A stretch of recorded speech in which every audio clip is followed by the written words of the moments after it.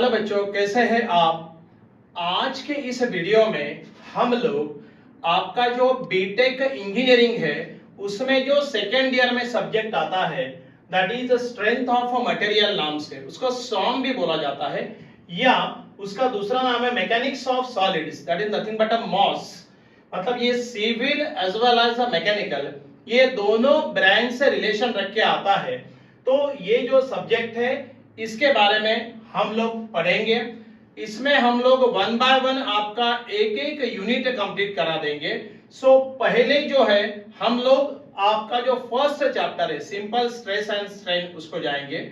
यहाँ पे ये जो दोनों सब्जेक्ट है that is strength of material बोलो या मैकेनिक्स ऑफ सॉलिड बोलो, ये दोनों सब्जेक्ट के लिए आपको जो आपका फर्स्ट ईयर का इंजीनियरिंग मैकेनिक्स नाम का सब्जेक्ट है वो सब्जेक्ट इसको बेस बोल के आता है। मतलब वो इसका फंडामेंटल बेसिक अपने को वहां पे मैकेनिक्स का लगेगा, तो जहां जहां वो बेसिक लगेगा मैं वहां पे आपको वो बता दूंगा, उसकी चिंता मत करिए आप। अभी हम लोग ये जो आपका YouTube चैनल है अपना प्रोफेसर सुशील डांगे या डांगेस एकेडमी, ये YouTube चैनल के ऊपर YouTube के ऊपर ये जो अपना चैनल रहेगा इसके ऊपर अपने वीडियोस आएंगे ये सब्जेक्ट के।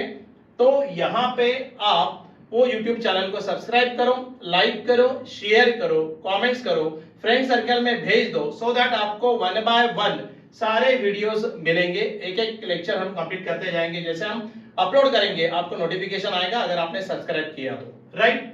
सो आज अभी हम लोग जाएंगे अपना पहला टॉपिक, नथिंग बट वो है अपना simple stresses and strain.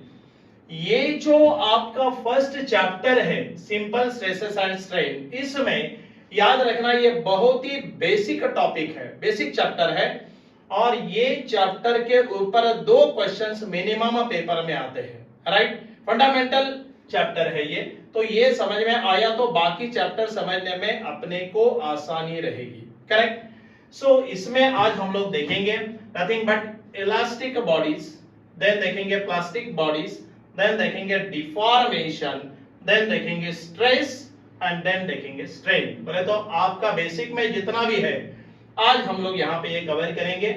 So let us start with अपना पहले हम जाएंगे इलास्टिक बॉडी के लिए।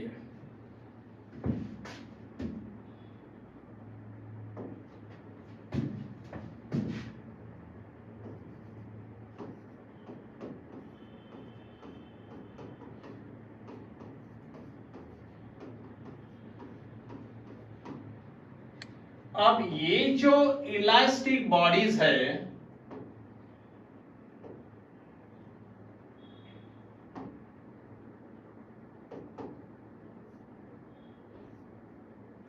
ये जो इलास्टिक बॉडीज है ये इलास्टिक बॉडीज में पहले आपको थोड़ा सा फंडामेंटल बेसिक मालूम होना जरूरी है। इलास्टिसिटी, हम इलास्टिसिटी किसे बोलेंगे पहले ये आपको मालूम होना जरूरी है। अब देखो, the property of certain material to return back to their original position when the applied load is removed, right. The property of certain material to return back to their original position, कहने का मतलब ये हुआ कि हमने एक आधे body को लोड लगाया और लोड लगाने के बाद बॉडी गेट्स इलांगेट हो गई। हमने जैसे ही लोड रिमूव किया body will come back to its original position, तो इसको बोलते हैं इलास्टिसिटी या इलास्टिक प्रॉपर्टी। वो बॉडी की वो इलास्टिक प्रॉपर्टी है, राइट।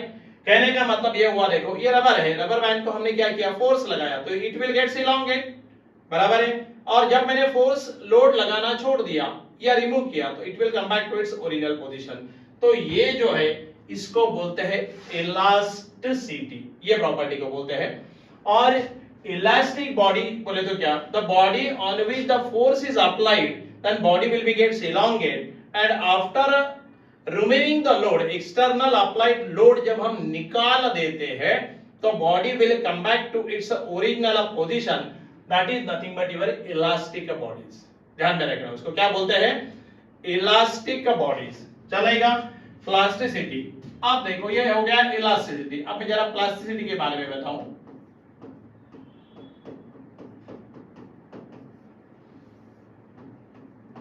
प्लास्टिसिटी मतलब इलास्टिक बॉडी तो आपको समझ में आया कि the body on which the external force is applied, then body will be gets elongate, and when external force is removed, then body will come back to its original position, that is called as elastic bodies. समझ में आया? Clear हो गया chapter? कैसे clear हो गया? अब देखो plasticity on the body when we apply the load, then it will change its position, but after removing the force or external load, the body will not come back to its original position. उसको क्या बोलेंगे हम लोग? Plasticity sorry, उसको हम बोलेंगे plasticity. कहने का मतलब यह हुआ कि हमने एक्सटर्नल फोर्स जब रिमूव किया है तो बॉडी दोबारा ओरिजिनल पोजीशन पे आएगी नहीं, तो उसको हम बोलते हैं प्लास्टिसिटी। मतलब plastic body, the body in which plastic, ये हो गया इलास्टिक बॉडी। अगर हम देखेंगे प्लास्टिक बॉडी के बारे में,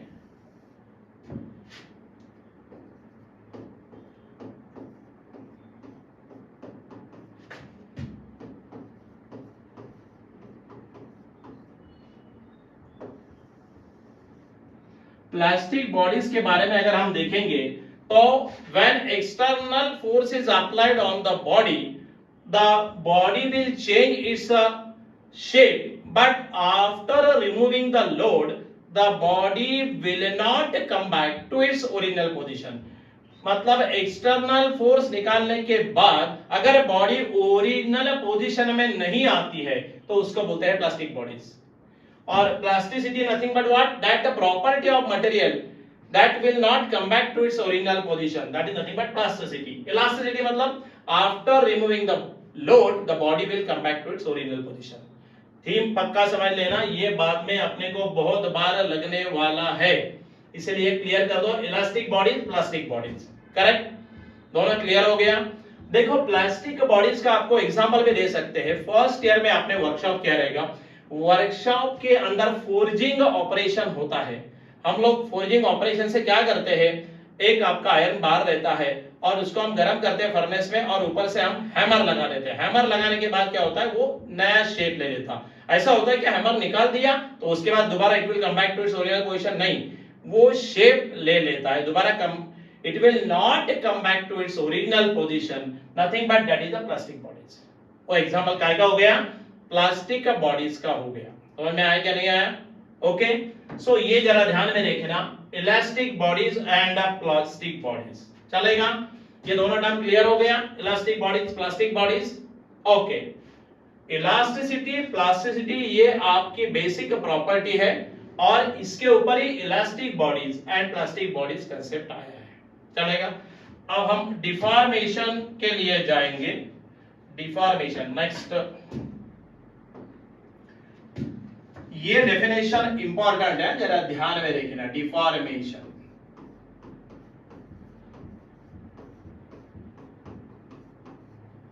डिफॉर्मेशन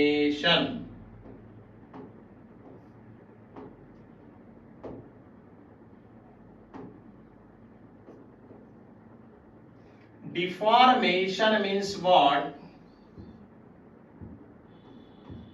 ये टर्म अपने को बहुत बार लगेगा। डायमेंशनल, मैं समझा देता हूं, dimensional changes occurs in the body when the force is applied on the body is called as a deformation.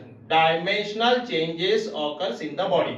आप चाहिए तो डेफिनेशन लिख सकते हैं, dimensional changes occurs in the body.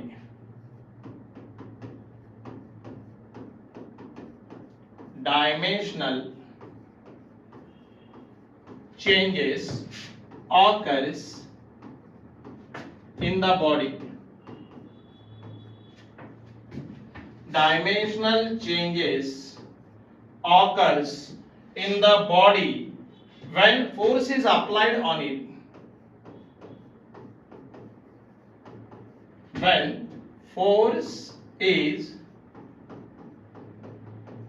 applied on it is called as deformation. Dimensional changes occurs in the body when the force is applied on it is called as deformation. कहने का मतलब ये हुआ, जरा देखो, यहां पे हमने एक बॉडी लिया, करेक्ट? ये बॉडी के ऊपर हमने दो साइड से फोर्स लगाया, दो साइड से फोर्स लगाया तो 100%। अब ये बॉडी की क्या होने वाली है, 100%। This is elastic body. तो यहां पे ये बॉडी क्या हो गई, कॉम्प्रेस हो जाएगी और ये एक नया चेंज ले लेगी।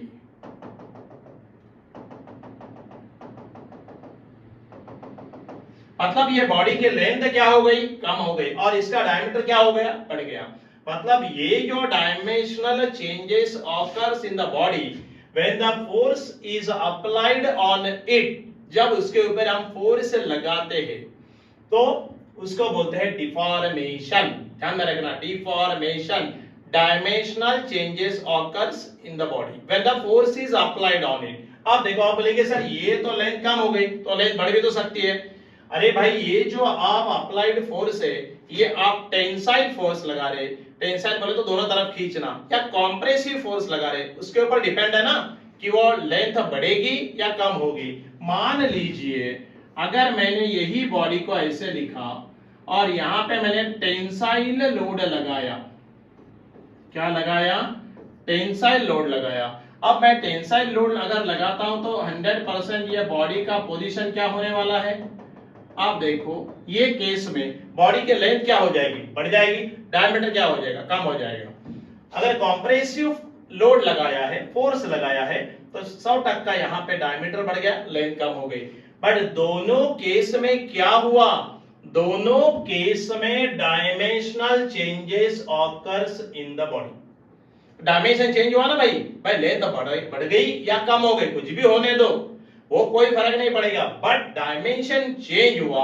So whatever the dimensional changes in the body going to takes place when the force is applied on it, then that is called as a deformation। क्या बोलेगा इसको, डिफॉर्मेशन। ध्यान में रखना, उसको क्या बोलते हैं, डिफॉर्मेशन। समझ में आया, एक बार नोट डाउन कर लीजिए, बहुत जरूरी है, ये समझ में आना जरूरी है। getting it or not? So dimensional changes occurs in the body when the force is applied on it is called as deformation। क्या बोलते हैं, on it, on it में इसको कंप्लीट करा दूं क्या, on it, on it is called as, is called, एक काम करता हूं जरा,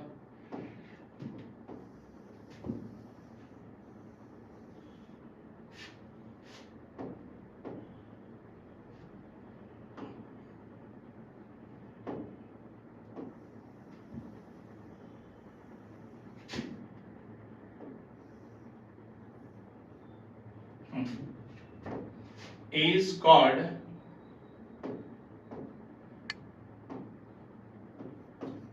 called as deformation। ये आप नोट डाउन कर लो, बाद में आपके रनिंग नोट्स आप बना लेना, कोई प्रॉब्लम नहीं है। इसको बोलते हैं डिफॉर्मेशन। मैंने आपको एग्जांपल लेके समझाया है कि डिफॉर्मेशन किसे कहते हैं, आप ये नोट डाउन कर लेना। Correct, proceed to next. Deformation लिख दिया आपने, एक बार देख लो डिफॉर्मेशन। Proceed to next. चलो अब हम जाएंगे स्ट्रेस को, बहुत इंपॉर्टेंट है। नेक्स्ट डेफिनेशन, स्ट्रेस बहुत इंपॉर्टेंट डेफिनेशन है, पेपर में बहुत बार पूछते हैं। देखो, when a force is applied on the body, it gets deformed। बराबर है, अभी हमने देखा when a force is applied on the body, it will gets deformed, it gets deformed, then the force applied per unit area is called as stress। क्या बोलते हैं इसको, stress। when a force act on the body, मैं 2 minute में लिख दूं, when force act on the body, जब हमने बॉडी के ऊपर फोर्स लगाया, when force act on the body, it gets deformed। अभी आपको डिफॉर्मेशन के बारे में बताया था, तो इसमें दोबारा आपको बताने की जरूरत नहीं। It gets deform it gets the form, then the force applied,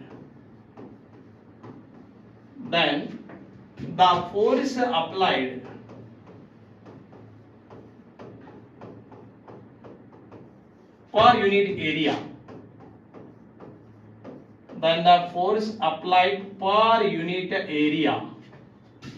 is called as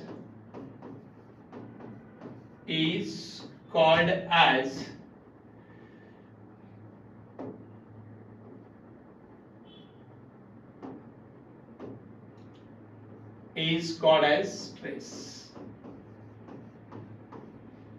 कहने का मतलब यह हुआ the force applied per unit area. मैं सीधी सीधी बात बोलूं आपको, यह डेफिनेशन को सीधा आप ऐसे भी याद कर सकते हैं ना, stress is nothing but force applied per unit area, so nothing but, देखो स्ट्रेस जो है, स्ट्रेस को डिनोट करते हैं बाय लेटर सिग्मा और बाय लेटर एफ, दोनों लेटर चलते हैं, सिग्मा भी चलता है एफ भी चलता है, इज इक्वल टू फोर्स को हम डिनोट करते हैं by letter P and divided by area, correct. But मेरा आपको एक सजेशन रहेगा, आप ये जो स्ट्रेस है इसको सिग्मा से ही डिनोट करो, क्योंकि ये फोर्स बोले तो कभी कभी छोटा एफ आता है और एफ आया तो अपना कंफ्यूजन होता है कि यहाँ पे मेरी स्ट्रेस कैसे चली गई। तो सिग्मा लेटर जनरली यूज, हम लोग सिग्मा यूज करेंगे, nothing but sigma equal to load upon area. ध्यान में रखो, स्ट्रेस के बारे में बता रहे, nothing but force applied per unit area is nothing but it is called as stress. Stress is denoted by letter sigma, it is also denoted by letter F, and sigma is equal to load upon area, correct, where sigma is nothing but stress, P is nothing but applied force or load, and A is nothing but cross sectional area। चलिए तो मैं यहाँ पे लिख दूं, where sigma is nothing but stress which is induced in that body, then P is nothing but applied load।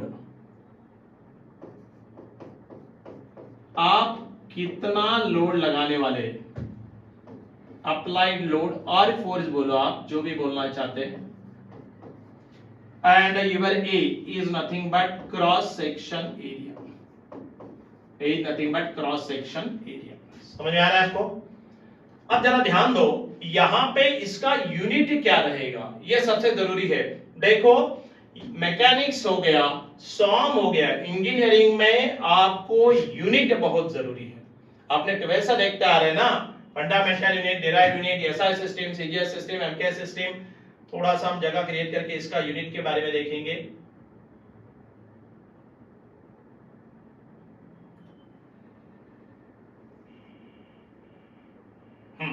अब देखो ये sigma equal to load upon area. अब देखो मैं दोबारा लिखूं, आप जरा ध्यान दो, ये जो लोड है, एक मिनट थोड़ा इसको क्या करता हूं,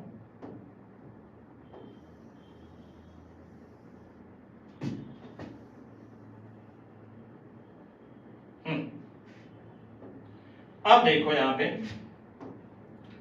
यहां पे वेयर कर दिया। अब लोड क्या में रहता है, देखो लोड रहता है न्यूटन में, राइट, और आपका जो एरिया है वो क्या में रहेगा, mm स्क्वायर में। एक बात ध्यान में रखना, आप लोड न्यूटन में ले सकते, किलो न्यूटन में ले सकते, बट हम पूरे सिस्टम में लोड क्या में लेंगे, न्यूटन में ही लेंगे। और अपना एरिया, आप एरिया मीटर स्क्वायर लिख सकते हैं, सेंटीमीटर स्क्वायर लिख सकते हैं, बट हम हमेशा क्या लेंगे, mm स्क्वायर लेंगे। क्यों? इसका रीजन मैं आपको थोड़े एक दो लेक्चर होने के बाद आपको बताऊंगा, बट इससे आपको न्यूमेरिकल सॉल्व करने में आसानी होगी, ध्यान में रखना। इसीलिए हम लोग लोड न्यूटन में, एरिया mm स्क्वायर में, तो आपका स्ट्रेस का यूनिट क्या हो गया, न्यूटन पर mm स्क्वायर आप लिख सकते हैं। And therefore unit of stress is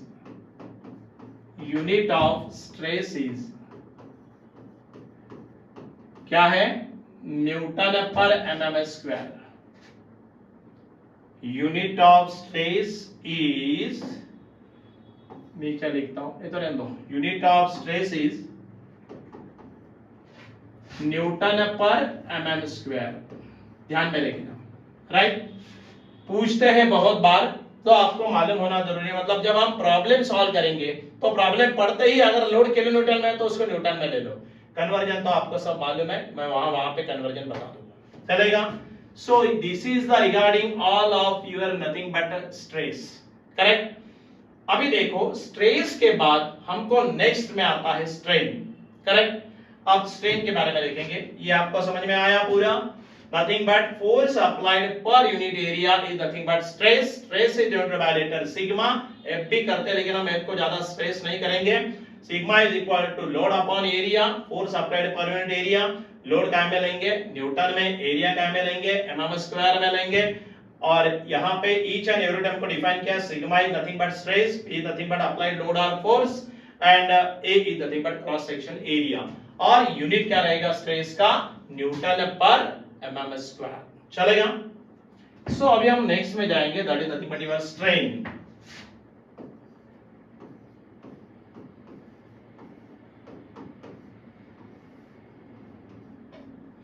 strain बोले तो क्या?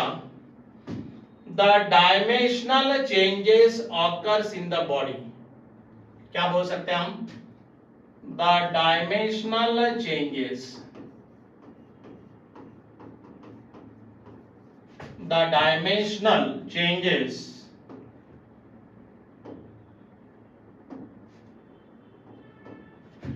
dimensional changes occurs in the body.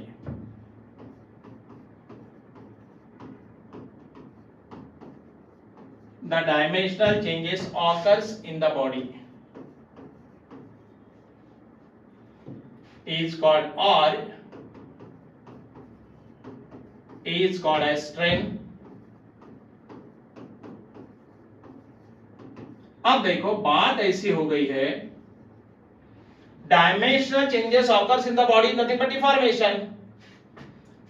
मतलब the dimensional changes occurs in the body बोलो या the deformation per unit length बोलो, और इसका सेकंड डेफिनेशन आप याद कर सकते हैं, deformation, deformation per unit length, deformation per unit length is called as strain। ऐसे भी तो आप बोल सकते हैं, या आपको और एक डेफिनेशन लिख के देता हूं, और it is the ratio of change in length, the ratio of change in length, the ratio of change in length, change in length to the original length,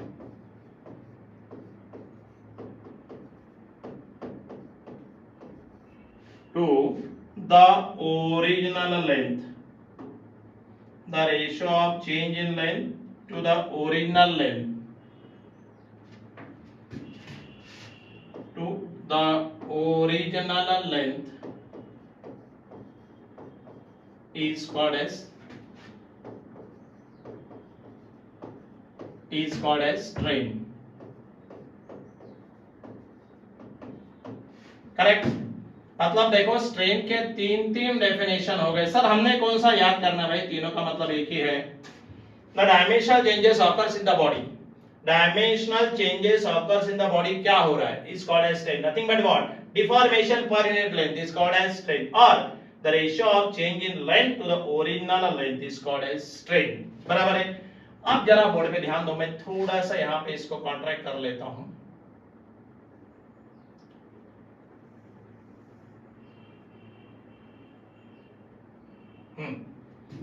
बराबर।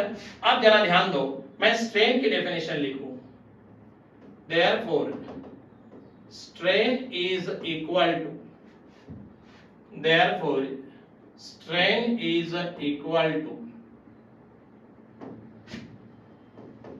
change in length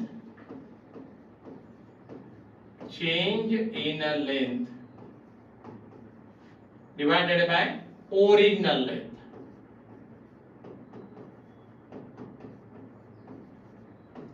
divided by original length. कहने का मतलब ये हुआ, आप ये definition को वैसे याद कर सकते हैं, change in length divided by original length. यहां पे देखो स्ट्रेन को जो हम डिनोट करते हैं, यहां पे जो स्ट्रेन को हम डिनोट करते हैं वो बाय लेटर छोटा ई, क्या रहता है लेटर छोटा E, and E is equal to delta L by L. ध्यान में रखना, E is equal to delta L by L, right, where delta L is nothing but change in length,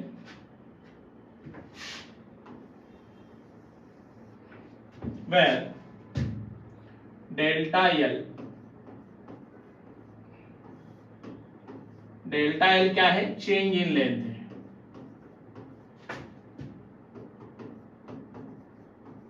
delta L है change in length, और L छोटा L क्या होता है, ये छोटा L होता है ओरिजिनल लेंथ।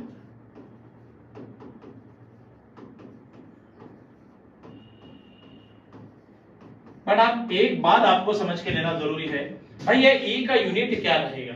अब देखो ना, डेल्टा L आपको अभी बताया था, बॉडी को अगर आप टेंसाइल फोर्स लगाए तो it will get elongate, right, और बॉडी को अगर कंप्रेसिव फोर्स लगाए तो इट विल बी कॉन्ट्रैक्ट, बराबर।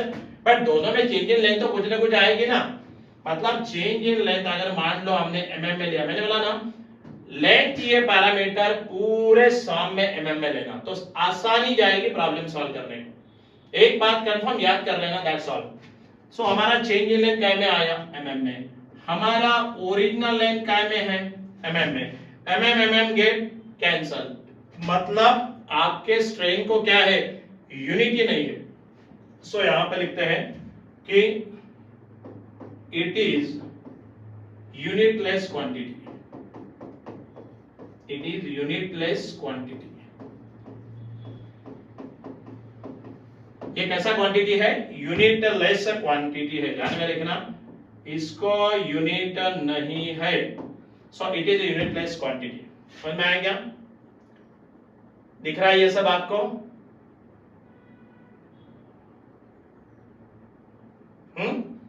अब देखो strain nothing but the dimensional changes occurs in the body, या nothing but एक ही बात याद रखो, the ratio of change in length to the original length is nothing but strain। strain को unit नहीं है because ऊपर change in length is also in mm, original length is also in mm, so it is a unitless quantity, इसको unit नहीं रहता, ध्यान में रखना, करेक्ट। और nothing but deformation per unit length, it is also called as strain। दो definition में से कोई भी एक याद कर लिया तो बस है, delta L change in length है, एल आपका ओरिजिनल लेंथ है, करेक्ट। सो यहां पे अगर आप आज देखेंगे तो यहां पे हमने जो लेक्चर स्टार्ट किया, आज से सॉम का लेक्चर हमने शुरू किया है। अब यहां पे देखो आज हमने क्या देखा, इलास्टिक बॉडी किसे कहते हैं, प्लास्टिक बॉडी किसे कहते हैं, देन डिफॉर्मेशन बोले तो क्या, ये हमने देखा, देन स्ट्रेस बोले तो क्या, ये हमने देखा, उसके नोटेशंस देखे, फार्मूला देखा, यूनिट कैसे याद करने का वो देखा, यूनिट काय में लेना चाहिए सो दैट द प्रॉब्लम जब देंगे तो न्यूमेरिकल सॉल्व करते वक्त हमको आसानी होना, इसके लिए बताया, एंड स्ट्रेन बताया। सो आज हमने इंट्रोडक्टरी लेक्चर लिया है, आपका बेसिक टर्म्स हमने यहाँ पे क्लियर कर दी है, बट एक्चुअली बेसिक कंसेप्ट ही आपके क्लियर होना जरूरी है, क्योंकि ये जो सब्जेक्ट है सॉम, इसको बेस क्या है, इंजीनियरिंग मैकेनिक्स, याद रखना।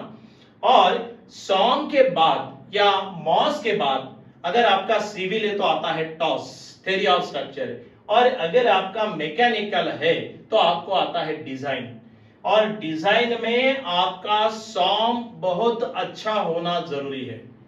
तो इसीलिए यहां पे आप एक एक कंसेप्ट में आपके क्लियर करके दे दूंगा, क्योंकि अपनी जो एकेडमी है वो 1996 से काम करती है छत्रपति संभाजीनगर में, महाराष्ट्र में, और यहाँ पे हम लोगों ने 96 से पढ़ाते पढ़ाते अपने को पूरे क्लियर हो गया कि आपको क्या लगने वाला है आगे चल के, मतलब जब आप जॉब भी करते हैं तो आपको ये सब डिजाइन में लगता है। सो कंसेप्ट आपके क्लियर होना बहुत जरूरी है, इसीलिए मैं आपको, अभी हमने ये शुरू किया है चैनल, सो ये जो चैनल है आपका YouTube के ऊपर, प्रोफेसर सुशील डांगे और डांगेस एकेडमी, इसको आप लाइक करो, सब्सक्राइब करो, सो दैट आपको इंटीमेशन आएगा, अभी नया वीडियो आ गया, आप तुरंत देख लेना, अपने नोट्स बना लेना, शुरू कर देना नोट्स बनाने के लिए।